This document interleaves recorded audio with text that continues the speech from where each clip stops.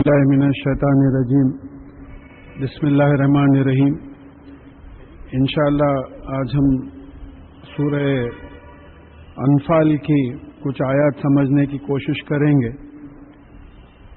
اور اس سورت کو سمجھنے سے پہلے تھوڑا سا ہسٹورک بیک گراؤنڈ ضروری ہے، یعنی 6 نبیوں کے واقعات پچھلی سورت میں گزر چکے ہیں، اور اب رسول اللہ صلی اللہ علیہ وسلم کی پہلی فتح جنگ بدر کے بارے میں ہے۔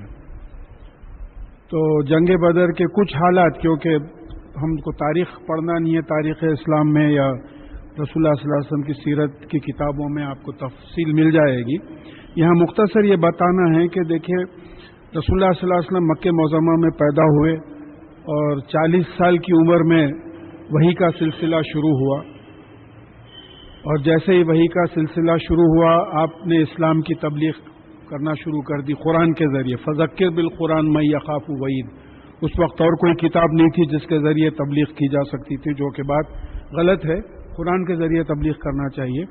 تو تبلیغ شروع کر دی۔ اب جب تبلیغ شروع کی تو وہاں مکے میں مشرک بھی تھے، کافر بھی تھے زیادہ، اور انہوں نے کعبہ شریف میں لا کے 360 بت بھر دیے تھے۔ اب یہاں یہ بات سمجھنا ہے کہ کعبۃ اللہ کو ابراہیم علیہ السلام نے اللہ تعالیٰ کے حکم سے بنایا تھا۔ بعض کا خیال یہ ہے کہ آدم علیہ السلام کے زمانے میں ہی بن چکا تھا، ابراہیم علیہ السلام اس کو ری بلڈ کرے۔ بعض کا خیال یہ ہے کہ ابراہیم علیہ السلام ہی نے جو ہے کعبۃ اللہ کی عمارت اسماعیل علیہ السلام کے ساتھ بنائی۔ بہرحال کعبۃ اللہ مسلمانوں کی جائیداد تھی، یہ بات سمجھنا ہے، ذہن میں بالکل کلیئر رہنا ہے کہ مسلمانوں کی جائیداد تھی کعبۃ اللہ۔ اس میں لا کے 360 بت بھر دیے، یعنی اسماعیل علیہ السلام کے بعد سے رسول اللہ صلی اللہ علیہ وسلم تک۔ تو اب یہاں ایک بات یہ تھی کہ وہ اسلام کا مرکز بننا تھا، تو وحدانیت کا پروپیگیشن جس کو بولتے تبلیغ کے، لا الہ الا اللہ کی تبلیغ ہوئی، محمد رسول اللہ صلی اللہ علیہ وسلم کی تبلیغ ہوئی کہ محمد صلی اللہ علیہ وسلم کو رسول ماننا۔ تو اس میں ہوا یہ کہ جو مشرک تھے وہ مسلمانوں کی خلافت شروع کرے۔ اچھا، خلاف بھی اتنے ہوئے کہ اتنی تکالیف دی کہ یعنی بیان سے باہر، یعنی انگاروں پہ تک کھینچا گیا، ان کو زندہ مارا گیا، ماں کی شرمگاہ میں بیٹے کے سامنے جو ہے برچھا مارا گیا، اس قسم کی حرکات ہوئی۔ اس کے بعد میں فائنلی بات یہ ہوئی کہ رسول اللہ صلی اللہ علیہ وسلم کو شہید کرنے کا پروگرام بن گیا کہ بھئی بہتر یہ ہے کہ ختم ہی کر دو قصہ ہے۔ تو حضرت رسول اللہ صلی اللہ علیہ وسلم نے حضرت علی رضی اللہ تعالیٰ عنہ کو اپنے بستر پر لٹا کے تمام امانتیں جو لوگوں کی تھی وہ دے کر وہ کفار کے سامنے سے نکل گئے، لیکن وہ دیکھ نہیں سکے، یہ ایک معجزہ تھا۔ پھر خیر ابو بکر صدیق رضی اللہ تعالیٰ عنہ ساتھ تھے، ہجرت کا پورا واقعہ ہے۔ اب یہاں یہ بات سمجھنا ہے کہ اب مدینہ منورہ میں آپ بہت ویلکم ہوئے، وہاں آتے جو ہے یہودیوں سے ایک ایگریمنٹ ہو گیا کہ بھئی باہر سے کوئی بھی اگر مدینے پہ حملہ کریں گے تو ہم بھی آپ کا ساتھ دیں گے، اور وہاں رسول اللہ صلی اللہ علیہ وسلم ایک ریلیجس اور پولیٹیکل ہیڈ کا مقام ہو گیا آپ کا۔ جیسا مکہ معظمہ میں مسلمان نہ غلام تھے، نہ آزاد تھے، نہ بادشاہ تھے، تو مکہ مدینہ منورہ میں یہ ہوا کہ رسول اللہ صلی اللہ علیہ وسلم ریلیجیس اینڈ پولیٹیکل ہیڈ کا مقام ہو گیا۔ اب یہاں ایک بات آتی ہے کہ بھئی یہ مکے والے چھیڑ چھاڑ کرتے رہتے تھے، چھوٹی چھوٹی یعنی فوج کے لوگوں کو بھیجنا اور چھیڑ چھاڑ کرتے رہنا، اطراف کے یہودیوں کو بھڑکانا۔ تو ظاہر ہے اچھا کئی صحابہ ایسے ہوئے کہ ان کی کئی یعنی جائیدادیں، زمینات، دولت جو ہے مکے میں چھوڑ کے جو ہے وہ ہجرت کر کے مدینہ منورہ آ گئے تھے، تو اس کا بھی جو ہے بدلہ لینا تھا۔ تو یہاں 2 ہجری میں ایک واقعہ آتا ہے کہ ابو سفیان رضی اللہ تعالیٰ عنہ بولنا چاہیے کیونکہ بعد میں یہ اسلام قبول کر چکے تھے، یہ جب اسلام قبول نہیں کرے تھے، یہ ایک قافلہ 30-40 لوگوں کا لے کے آ رہے تھے، مکہ معظمہ جا رہے تھے، ان کو مدینے سے گزرنا ضروری تھا۔ اور یہ قافلے کے بارے میں بعض ہسٹورینز یہ لکھے کہ یہ ڈیسائیڈڈ تھا کہ یہ جو کاروان آ رہا تھا اس کا جو فائدہ ہوگا وہ پیسہ مسلمانوں پہ حملہ کرنے کے لیے خرچ ہوگا، یہ بھی اطلاع مل چکی تھی۔ لہذا ظاہر ہے یہ وحی کے تحت یہ حکم ہوا کہ بھئی وہ قافلوں کو روکنا ہے، اور جب رسول اللہ صلی اللہ علیہ وسلم نے اعلان کیا تو کئی لوگ جو ہے تیار ہو گئے، اور اس کے بعد میں یہ سمجھیے کہ ابو سفیان کو جب پتہ چلا کہ مسلمان آ رہے ہیں کچھ لوگوں کو لے کر قافلے پہ حملہ کرنے کو، تو وہ تیز ایک گھوڑے پہ کسی کو جو ہے مکہ معظمہ بھیجا اور وہاں ان کو اطلاع دی کہ ایسی بات ہے. تو مکہ معظمہ سے تقریباً 1000 کافروں اور مشرکوں کی فوج نکلی ان کو روکنے کے لیے. اب اس تمام واقعات میں جب تو سیل فونز نہیں تھے نا بھئی، اب اٹھائے بات کریں، آپ میسج بھیج دیے، یا موٹر سائیکل ہے بھگا دیے، اسکوٹر ہے بھگا دیے، گاڑی ہے، ایروپلین ہے چلے گئے. گھوڑے پہ آدمی جانا، گھوڑے پہ آنا، تو ظاہر ہے ان تمام چیزوں کے لیے کئی دن لگ گئے. اس اثنا میں ابو سفیان اپنے قافلوں کو بچاتے ہوئے سمندر کے کنارے کا راستہ لے کے نکل گئے. اب یہ جو تمام لیڈرز آ گئے، کافروں کے تمام سوائے ابو جہل کے تمام لیڈرز آ گئے مسلمانوں پہ حملہ کرنے کے لیے. تو اب یہاں دیکھیے کہ مکہ معظمہ سے بدر 148 میل 148 کلومیٹرز، اور مدینہ منورہ سے 148 کلومیٹرز، اور مکہ معظمہ سے 303 کلومیٹرز. تو کفر کی شدت کا یہ عالم تھا کہ ڈبل ڈسٹینس سے حملہ کرنے کے لیے آ گئے. حالانکہ ان کو اطلاع مل گئی کہ ابو سفیان قافلہ لے کے بچا کے نکل گئے، اطلاع مل گئی. تو کئی لوگوں نے ان کو رائے بھی دی کہ چلو بھئی اب لڑنے سے کیا فائدہ، واپس چلے جائیں گے. لیکن یہ جو ابو جہل جو ان کا وہ تھا، ابو لہب نہیں شریک ہو سکا جنگ میں. ابو لہب جو ان کا سردار تھا، اس نے کہا کہ نہیں، جب ہم نکلے ہی ہیں تو پھر ان کا فیصلہ کر کے نکلیں گے. تو لہذا 14 رمضان کو 2 ہجری میں ان کا مقابلہ بدر پہ ہوا، اور پھر اب واقعات اس میں آ جائیں گے آپ کو. اب وہاں ہوا یہ کہ مسلمانوں کے پاس 313 مسلمان تھے، کافروں کی فگر 950 آتی ہے. ان کے پاس صرف 3 گھوڑے اور کچھ اونٹ تھے 70، اور ان کے پاس ویل ایکوپڈ آرمی تھی.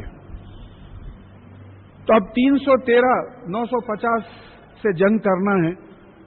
اب آپ دیکھیے پوری بات اس میں انشاءاللہ تفصیل میں آ جائے گی کہ کس طریقے سے اللہ تعالیٰ نے مسلمانوں کی مدد کی. اب یہاں سے سورہ انفال، انفال کے معنی کیا ہے؟ انفال جمع ہے نفل کی. نفل کس کو بولتے ہیں؟ ابھی آپ فرض پڑھے، سنت پڑھے، نفل پڑھے. فرض تو اللہ تعالیٰ کا حکم ہے 4 رکعت فرض پڑھنا ہے.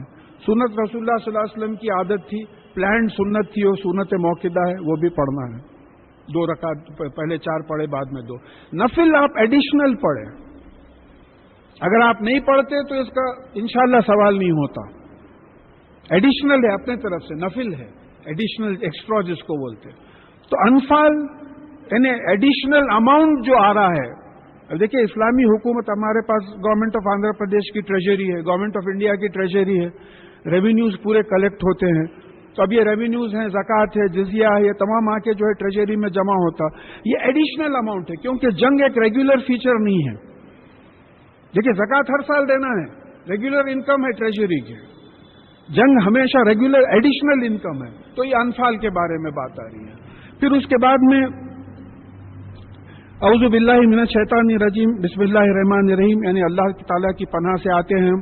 یہ قرآن سمجھنے میں ہم کو بھٹکائے نہیں. اور بسم اللہ الرحمن الرحیم اللہ کے نام سے شروع کرتے ہیں. رحمان ہے وہ جو فائدہ پہنچانے والا ہے اور رحم کرنے والا ہے. یسألونک عن الانفال، یہ لوگ آپ سے یہ جنگ میں جو مال حاصل ہوتا ہے، جس کو ہم مال غنیمت یا بوٹی آف وار جس کو بولتے ہیں، اس کے بارے میں آپ سے سوال کرتے ہیں. قل الانفال للہ و رسولہ.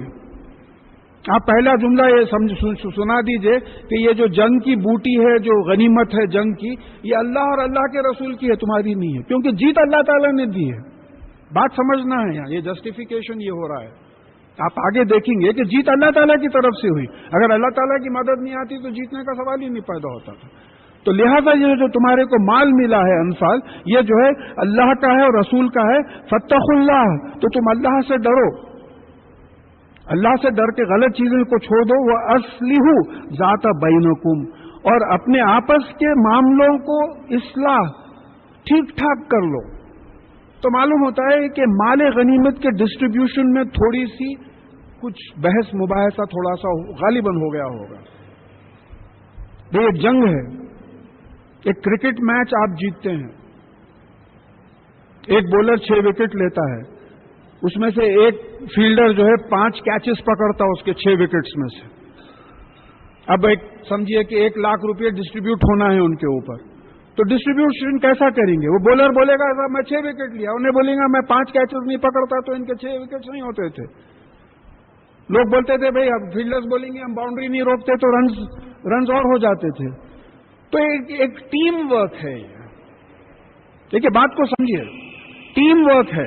ایک جنگ جو ہو رہی ہے ٹیم ورک ہے. اس میں کوئی پانی لا کے پلا رہا، کوئی جنگ کر رہا، کوئی رسول اللہ صلی اللہ علیہ وسلم کی حفاظت کر رہا، ہر ایک کا کنٹریبیوشن الگ ہے. تو ایک پہلے حکم آ گیا کہ یہ مال اللہ اور اللہ کے رسول کا ہے، یہ رکھ لو اور آپس میں اصلاح کر لو. یہ ورس نمبر 41 میں اس کے ڈسٹریبیوشن کی آ رہی، انشاءاللہ آئندہ اتوار کو وہ تفصیل اس میں آئے گی کہ یہ مال اللہ اور اللہ کے رسول صلی اللہ علیہ وسلم کا ہے. اللہ سے ڈرو اور آپس میں اصلاح کر لو. وَأَطِیعُوا اللَّهَ وَرَسُولَهُ إِن كُنتُم مُؤْمِنِینَ. اور اگر تم مومن ہو، ایمان لانے والے ہو، اللہ سے امن میں رہنے والے ہو، تو پھر اللہ تعالیٰ کی اطاعت کرو اور رسول صلی اللہ علیہ وسلم کی اطاعت کرو. دیکھیں وہاں اتنے صحابہ تھے، کسی کی اطاعت کا حکم نہیں آ رہا. ہمارے پاس دو ہی سورسز آ رہے ہیں، اطیع اللہ و اطیع رسول. اللہ تعالیٰ کی اطاعت کرو. اب ہمارے لیے کیا ہوگا؟ اللہ تعالیٰ کی اطاعت قرآن کی اطاعت ہے اور رسول اللہ صلی اللہ علیہ وسلم کی اطاعت حدیث اور سنت میں جیسا آ رہا اس کو فالو کرنا ہے. تو بس یہ 2 سورسز ہیں، ان کی اطاعت کرو. اب اس کے بعد میں یہ مومنین کا ڈیفینیشن آ رہا کہ مومنین حقیقت میں ہے کون.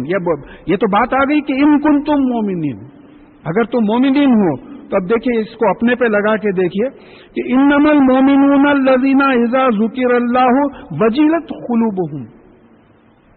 صلی اللہ رحم کرے کہ مومن تو وہ ہیں جب ان کے سامنے اللہ کا ذکر کیا جاتا ہے تو ان کے دل ڈر جاتے ہیں.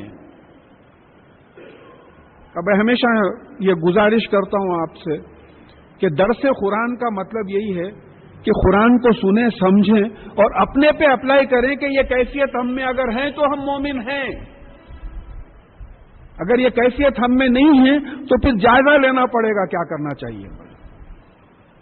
کہ جب بھی اللہ کا ذکر آتا ہے ان کے دل ڈر جاتے ہیں. آپ تو بسم اللہ بول کے پتوں کا کارڈ اٹھاتے ہیں، آپ بسم اللہ بول کے بکیز پہ لگاتے، آپ اللہ کا نام اللہ کا ذکر کر کے جو ہے جوا کھیلتے آپ. تو سوچ کے دیکھیے یہ قوم کا کیا حشر ہوگا. یہ تو اللہ تعالیٰ کی شان ہے جو مٹا نہیں رہا ہے ہمارے. تو مومن کی پہلی نشانی یہ ہے کہ جب اللہ کا ذکر ہوتا ہے تو ان کے دل ڈر جاتے ہیں. وہ اذا تلیت علیہم آیاتہ زادتہم ایمانا. اور جب اس کی آیات، قرآن کی آیات ان کے سامنے پڑھی جاتی ہیں تو ان کی ایمان میں زیادتی ہوتی ہے. ایمان کیا ہے؟ ایمان کا مطلب سمجھنا ہے. کنونشنل ذرا ایسا ہے ایمان بول کے پڑھ دیے. الف میم نون اس کا مادہ ہے، روٹ ہے الف میم نون. اس سے لفظ امن بنتا ہے، یعنی میرے اور اللہ میں امن قائم ہو جائے، شانتی قائم ہو جائے، پیس قائم ہو جائے. یہ کب ہوگا؟ جب میں اللہ تعالیٰ کے تمام احکامات کی اطاعت کرنے کے لیے، اوبے کرنے کے لیے جب تیار ہو جاؤں تو میرے میں اور اللہ تعالیٰ میں امن قائم ہو جائے گا. تو جب آیات سنتے ہیں تو ان کے دل میں امن بڑھ جاتا ہے. ان کے دل میں امن تو رہتا ہے پہلے سے، ایمان تو رہتا ہے، یقین رہتا ہے، لیکن جیسے ہی قرآن سنتے ہیں ایک رقت کی کیفیت طاری ہو جاتی ہے. جیسا عیسائیوں کے بارے میں ہم پڑھ چکے ہیں کہ وہ جب قرآن سنے تھے، وہ جو پریسٹ تھے بعض، انہوں جب وہ قرآن سنے تھے تو ان کی آنکھوں سے آنسو بہنے لگے اور سجدے میں گر گئے کہ یہ اللہ کا کلام ہے. ہم سجدے میں تو گر جاتے ہیں لیکن کبھی آنکھوں سے آنسو نہیں نکلتے. ہماری کیفیت خراب ہو گئی ہے. دیکھیے فزیکل نماز پڑھنا اور بات ہے اور وہ دل کی کیفیت سے نماز پڑھنا وہ اور بات ہے. تو یہاں ایک انڈیکیشن مل رہا ہے کہ ایمان بڑھتا بھی ہے، کم بھی ہوتا ہے. اے دلوں کو پھیرنے والے، ہمارا دل آپ اپنی طرف پھیر دیجئے. اب یہاں ایک بات سمجھنا ہے کہ اب امتحان کے نتیجے نکل رہے ہیں. ایمان بہت بڑا ہوا ہے، سجدے سے اٹھ رہے نہیں. بعض کو تو سجدے میں نیند آ جا رہی. اتنے لمبے لمبے سجدے کر رہے ہیں پاس ہونے کے، ادھر رزلٹ نکلا معلوم ہوا کہ 79% آ گئے، ادھر نماز غائب، ایمان گڑ گیا۔ تو یہ اللہ کے خوف سے جو ہے یہ ایمان میں زیادتی نہیں آئی، امتحان کے خوف سے ایمان میں زیادتی آئی۔ تو اس کو ہم ڈسٹنگوش کرنا چاہیے، ایجوکیٹڈ لوگ ہیں، ہم کو جو ہے ڈسٹنگوش کرنا چاہیے کہ یہ ایمان میں جو ہے زیادتی ہوتی ہے، یقین میں زیادتی ہوتی ہے۔ وہ علی ربہم یتوکلون، اور وہ اللہ پہ بھروسہ کرتے ہیں، ان کا بھروسہ پورا اللہ پہ، ہر چیز میں اللہ پہ بھروسہ رہتا ہے۔ انشاءاللہ اس کا ثبوت ہے، انشاءاللہ بولنا اس کا ثبوت ہے کہ میں کل آؤں گا، ارے میں کون ہوتا ہوں آؤں گا، میں کل آؤں گا بولتے میں ختم ہو گیا تو کہاں سے آؤں گا کل، اللہ نے چاہا تو آؤں گا۔ ان اللہ علی کل شیء قدیر، بے شک اللہ تعالیٰ ہر چیز پہ جو ہے قدرت رکھتا ہے، تو وہ اللہ پہ توکل رکھتے ہیں۔ الذین یقیمون الصلاۃ، اور وہ جو نماز قائم کرتے ہیں، دیکھیے پلورل ہے، قیام جو ہے ایک نظام ہے۔ اب ہم نماز قائم کیے تھے، اکیلے پڑھ لینا، جماعت کے ساتھ نہیں پڑھنا، ہاں کوئی عذر ہے شرعی، صحت کا معاملہ ہے، وہ بات الگ ہوتی ہے، ورنہ جو ہے آپ 100 میٹرز بھاگ رہے ہیں، فرسٹ آ رہے ہیں، سیکنڈ آ رہے ہیں، مگر مسجد کے واسطے نماز کو جانے کے واسطے آپ کو جان پہ آ رہا ہے۔ تو بات یہ سمجھنا ہے کہ یہ ایمان کی کیفیت کے ساتھ، یعنی اللہ کا خوف ہے اور ایمان میں زیادتی ہے، اللہ پہ بھروسہ کرتے ہیں، اور یہ ایمان کے پری ریکویزٹ کے بعد جو ہے یہ صلاۃ کی بات آ رہی ہے۔ ہماری نمازیں یہ ایمان اور توکل اور خوف سے خالی ہیں۔ تو بقول کسی کے وہ 4 دکانہ تھے، کوئی امام صاحب کو کنفیوز ہوا میں 3 رکعت پڑھا یا 4 رکعت پڑھا، پلٹ کے پوچھے تو ایک صاحب بولے نہیں صاحب آپ 4 پڑھائے، میرے چاروں دکانوں کا حساب ہو گیا، بولے ایک رکعت میں ایک دکان کا حساب کرتا ہوں، بولے کوئی اپنی تقریر میں سنا رہے تھے۔ تو یہ ہم لوگوں کی نماز کا معاملہ ہے۔ تو یہ نماز کا جو پری ریکویزٹ دکھ رہا ہے یہ لے کے اٹھنا ہے، ہم اللہ کا خوف ہو، اس کی آیات جو پڑھ رہے ہیں اس سے ایمان میں شدت ہو، پھر اللہ پہ پورا بھروسہ ہو، پھر جماعت کے ساتھ نماز قائم ہو، کیونکہ یہ جو اذان ہو رہی ہے یہ ایک پکار ہے، فلانی پولیٹیکل پارٹی کی طرف سے کل بند ہے، تو جتنے دکانیں بند رہیں گے اتنا بند سکسیسفل ہوگا، اتنے لوگوں نے ریسپونڈ کیا، جتنی مسجدیں بھریں گے اتنا اللہ کا نام بلند ہوگا۔ سیدھی سی بات ہے، رمضان کے مہینے میں لوگ جو ہے تعجب کرتے ہیں کہ سڑکوں پر جماعتیں آ جاتی ہیں، ہر 5 وقت یہ ہونا چاہیے۔ تو یہ لوگ نماز کا نظام قائم کرتے ہیں، وہ مما رزقناہم ينفقون، اور ہم نے جو ان کو دیا ہے اس میں سے خرچتے ہیں، تمہارا ہے ہی کیا۔ دیکھیں میں یہ اس وقت ریئلائز کرا، میں جب ریٹائر ہو رہا تھا جو سامان میرے نام پہ تھا، وہ الماریاں، کچھ ایکوپمنٹ، میز کرسی وغیرہ، وہ اسٹور سے صاحب آ گئے، بولے صاحب یہ آپ کے نام پہ تھا، یہ سائن کر دیجئے، واپس کر دینا ہے۔ ارے میں بولا یہ تو زندگی کا یہی معاملہ ہے، یہ بینک بیلنس تھا، یہ گھراں تھے، وہ گاڑیاں تھے، وہ یہ تھا، یہ آپ کے نام پہ تھا، آپ جا رہے ہیں چلیے واپس کر دیجئے، آپ دوسروں کو چلے گئے، بیٹوں کو بھائیوں کو لڑ لیے، سراں پھوڑ لیے، سب ایک کوڑی میری نہیں رہی۔ تو مما رزقناہم ينفقون، ہم نے جو تم کو دیا ہے اس میں سے خرچو، تمہارا ہے ہی کیا خرچنے کا، جان دی ہوئی اسی کی تھی، حق تو یہ ہے کہ حق ادا نہ ہوا، ہم جان بھی نہیں ہے ہماری، ہدایت نہیں ہے ہماری، زندگی نہیں ہے، مال نہیں ہے، کوئی چیز نہیں ہے، بلا وجہ کے آدمی جو ہے تن رہا ہے کہ یہ چیز میری ہے۔ تو جو ہے ان لوگوں کی یہ کیفیت ہوتی ہے، اولئک هم المفلحون حقا، یہی وہ لوگ ہیں جو حقیقت میں مومنین ہیں، لہم درجات عند ربہم، تو ان کے لیے ان کے پالنے والے مالک کے پاس درجات ہیں، رینکس ہیں، ہائی پوزیشنز ہیں۔ پھر کوئی صاحب آتے ہیں، لوگ ذرا ہٹنے لگتے، کیا ہے بھائی کون ہے، تو بولے صاحب پولیس کمشنر صاحب ہیں، رینکس ہیں، اونچا عزت ہے۔ تو ہم یہاں کی عزت کے لیے 4 دن کی عزت، سروس نکل گئی، ایک ایسی پولیس کے سینئر آفیسر میرے سے بول رہے تھے، کیا صاحب، بولے ایسی حالت ہے، بولے سلوٹا مارتے تھے دیکھ کے، اب میں ریٹائر ہو گیا تو میرے پینشن کا کیس کلیئر نہیں کر رہا، بولے کل آؤ بولتا میرے کو، ہو گیا عہدہ ختم ہو گیا۔ تو یہ رینک سے، رینک کی یہاں عزت ہوتی تھی، وہاں تو ہمیشہ جو ہے رینکس ہوئیں گے، عزت ہوں گی، درجے بلند ہوں گے، وہ مغفرتوں، اور مغفرت ہوگی۔ دیکھیے مغفرت کس کی ہوگی؟ گناہوں کی سزاؤں سے بچاؤ کس کا ہوگا؟ یعنی اولئک هم المؤمنون حقا، یہ جو حقیقت میں جو مومنون ہیں ان کے گناہوں کی سزا سے بچاؤ ہوگا. وعد اللہ الذین آمنوا وعملوا الصالحات لہم مغفرۃ واجر عظیم والذین کفروا وکذبوا بآیاتنا اولئک اصحاب الجحیم. اللہ تعالیٰ کا وعدہ ہے کہ وہ لوگ جو ایمان لائے اور عمل صالح کرے ان کے لیے مغفرت ہے اور بڑا اجر ہے. یہ جو لوگ کفر کرے، کذب کرے، نہ دل سے مانے، نہ اس پہ عمل کرے قرآن پہ، ان کے لیے تو عذاب جہنم ہے، جہنم کا عذاب ہے، آگ کا عذاب ہے ان کے لیے. تو ہم یہ جو بول رہے ہیں اللہ تعالیٰ غفور و رحیم ہے، تو اللہ تعالیٰ غفور و رحیم کس کے لیے ہے؟ قرآن سے کیا بات ثابت ہو رہی ہے؟ اللہ تعالیٰ مومنین کے لیے غفور و رحیم ہے کہ تم میری راہ میں کوشش کرتے ہوئے اگر کوئی غلطی ہو جائے تو میں اس کو معاف کر دوں گا. تم کوشش ہی نہیں کر رہے ہو.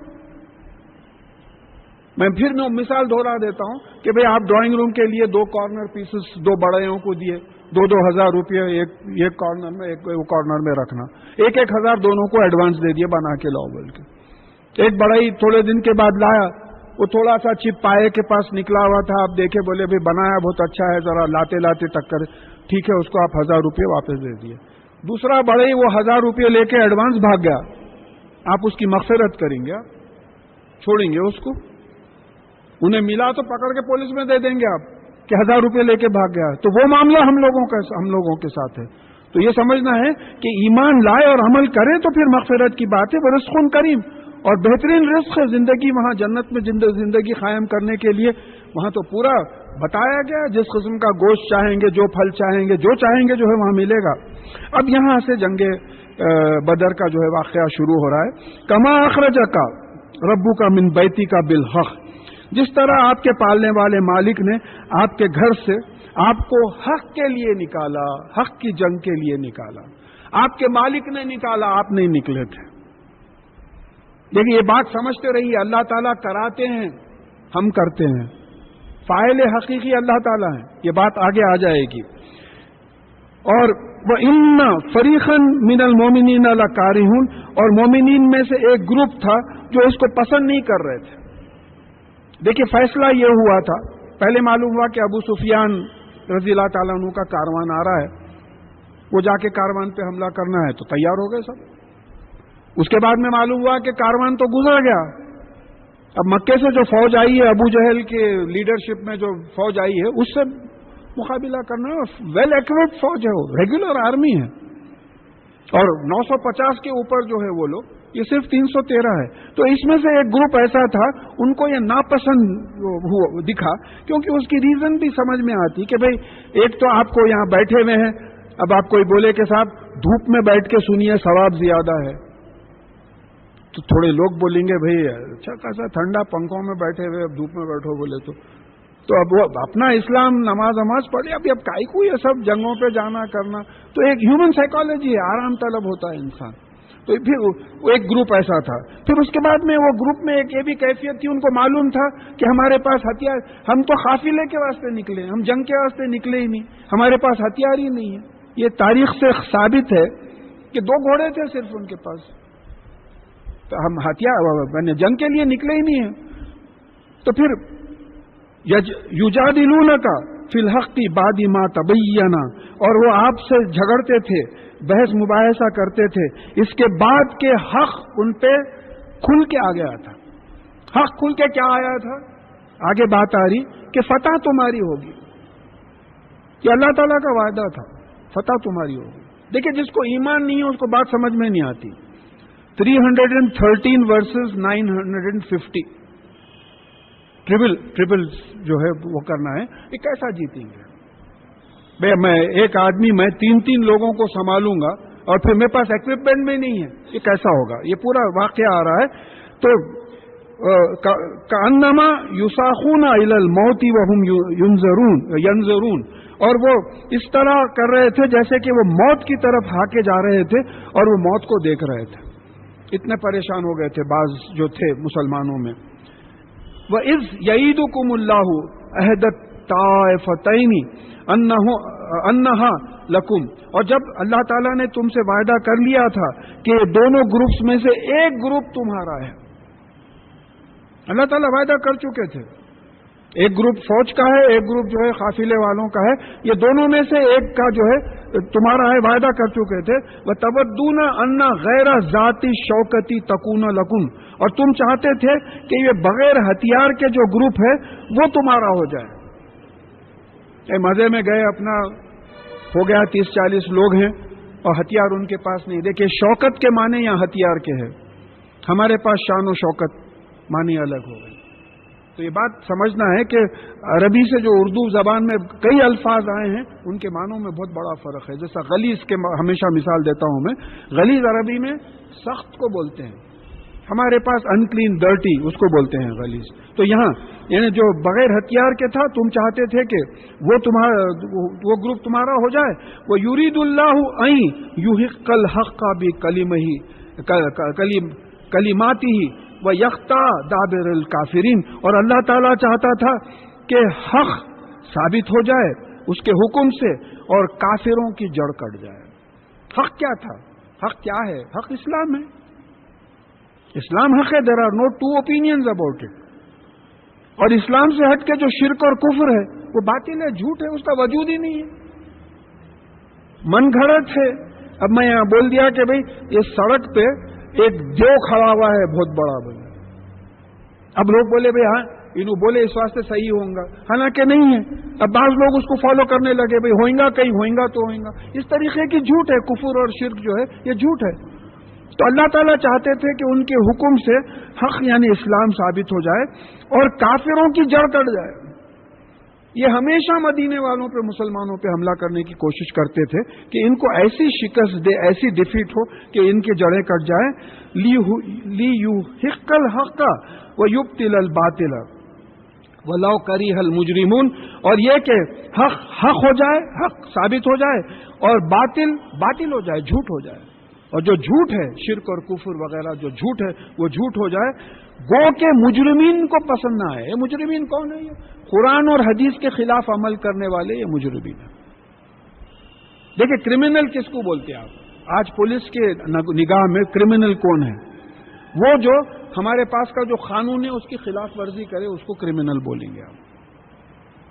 تو یہاں یہ جو قرآن اور حدیث کے خلاف جو لوگ کام کرتے تھے، گو کہ وہ لوگ اس کو پسند نہ کریں، لیکن جو ہے حق ثابت ہو کے جیت کے رہے گا اسلام۔ تغیثون ربکم، جب تم اللہ تعالیٰ سے مانگتے تھے۔ دیکھیں یہ اس کا مادہ غوث ہے، غین واس سے، غوث کا مطلب ہوتا جسے مانگا جاتا۔ تو جب تم اللہ تعالیٰ سے مانگتے، مانگنا تو صرف اللہ تعالیٰ سے ہے، جب تم اللہ تعالیٰ سے مانگتے تھے تو کیا مانگتے تھے؟ رسول اللہ صلی اللہ علیہ وسلم کی ایک مسنون دعا ہے جو کہا اللہ تعالیٰ، رسول اللہ صلی اللہ علیہ وسلم کہا کہ یا اللہ یہ مٹھی بھر مسلمان ہیں، اگر یہ آج مٹ گئے تو زمین پر تیرا نام لینے والا، تیری عبادت کرنے والا کوئی نہیں رہے۔ یہ مٹھی بھر مسلمان ہے، اور وہ حقیقت تھی۔ دیکھیے آخری نبی، اس کے بعد کوئی نبی آنے والا نہیں، اگر اس نبی کے ٹیم کو ڈیفیٹ ہو گئی تو پھر ختم ہو گیا اسلام، کوئی عبادت کرنے والا تیری غلامی کرنے والا ہی نہیں ہوگا۔ تو یہ دعا تھی۔ تو اللہ تعالیٰ بول رہے ہیں کہ تغیثون ربکم فاستجاب لکم، تو اللہ تعالیٰ نے تمہاری دعا کا جواب دیا، دعا قبول کر لی تمہاری۔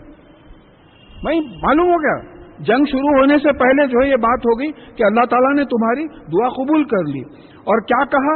انی ممدکم بِأَلْفٍ مِّنَ الْمَلَائِكَةِ مُرْدِفِينَ، اور بے شک میں تمہاری مدد کروں گا فرشتوں سے، 1000 فرشتوں سے جو ایک کے پیچھے ایک چلے آئیں گے۔ اب یہ 950,000 آئے تھے، ایک ایک آدمی کو ایک ایک فرشتہ دیکھ لے گا، آپ کو کرنا کیا ہے؟ اور حقیقت میں دیکھے تو معلوم بھی وہی ہوتا ہے۔ فرشتوں کا نزول ایک جگہ 5000 کی وعدہ کریں، سورہ احزاب میں فرشتے نازل ہوئے، آندھی طوفان پکانے کے دیگ اڑ گئے، ان کے ڈیرے شامیانے اڑ گئے، اس طریقے کی بات ہوئی۔ 1 مہینہ پورا محاصرہ کرنے کے بعد مدینہ منورہ کا۔ تو بات سمجھنا ہے کہ اللہ تعالیٰ کی جب مدد آ جائے تو پھر کوئی اس کے سامنے ٹک نہیں سکتا، اور یہ وعدہ اللہ تعالیٰ نے کیا تھا۔ وَمَا جَعَلَهُ اللَّهُ إِلَّا بُشْرَى